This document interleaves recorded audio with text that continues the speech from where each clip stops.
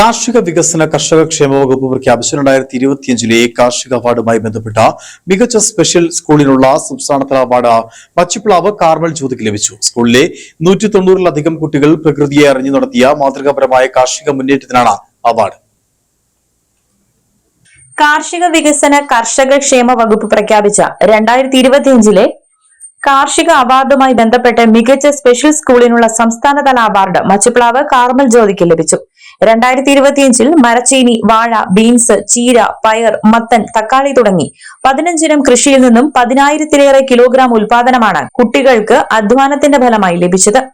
ശാസ്ത്രീയവും ആധുനികവുമായ horticulture കൃഷിരീതിയാണ് സ്കൂളിലെ വിദ്യാർത്ഥികൾ തിരഞ്ഞെടുത്തതെന്ന് school അധ്യാപിക പറഞ്ഞു. കേരള സർക്കാരിന്റെ കാർഷിക വികസന കർഷക ക്ഷേമ വകുപ്പ് അവാർഡ് 2025 ഇന്നലെ ബഹുമാനപ്പെട്ട കൃഷി വകുപ്പ് മന്ത്രി പ്രഖ്യാപിക്കുകയുണ്ടായി.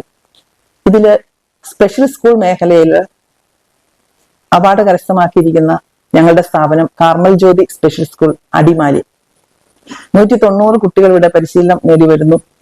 1993 ആരംഭിച്ച ഈ സ്ഥാപനത്തിലെ നിരവധി അവാർഡുകൾ ഇതിനു മുൻപ് കിട്ടിയിട്ടുണ്ട്.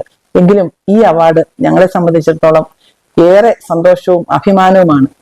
കാരണം 18 വയസ്സ് കഴിഞ്ഞ കുട്ടികളെ നിരന്തരം പരിശീലനത്തിലൂടെ കൃഷി, മൃഗസംരക്ഷണം ഇവയ്ക്ക് വളരെയധികം ഊന്നൽ കൊടുത്തുകൊണ്ട് ബഹുമാനപ്പെട്ട അധ്യാപകരുടെ നേതൃത്വത്തിൽ നൽകിയ പരിശീലനവും കഠിനാധ്വാനവും കഠിന പ്രയത്നത്തിന്റെ എല്ലാം ഒരു അംഗീകാരം തന്നെയാണ് ഞങ്ങൾക്ക് ലഭിച്ചിരിക്കുന്നത്.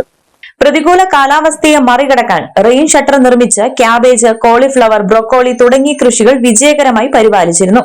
18 വയസ്സിന് മുകളിലുള്ള കുട്ടികളെ മഹാത്മാഗാന്ധി ദേശീയ ഗ്രാമീണ തൊഴിലുറപ്പ് പദ്ധതിയിൽ ഉൾപ്പെടുത്തുകയും കൃഷിപ്പണിയിലൂടെ കുട്ടികൾക്ക് സ്വന്തമായി വരുമാന മാർഗം ഉറപ്പുവരുത്തുന്ന രീതിയാണ് സ്കൂൾ അധികൃതർ സ്വീകരിച്ചത്.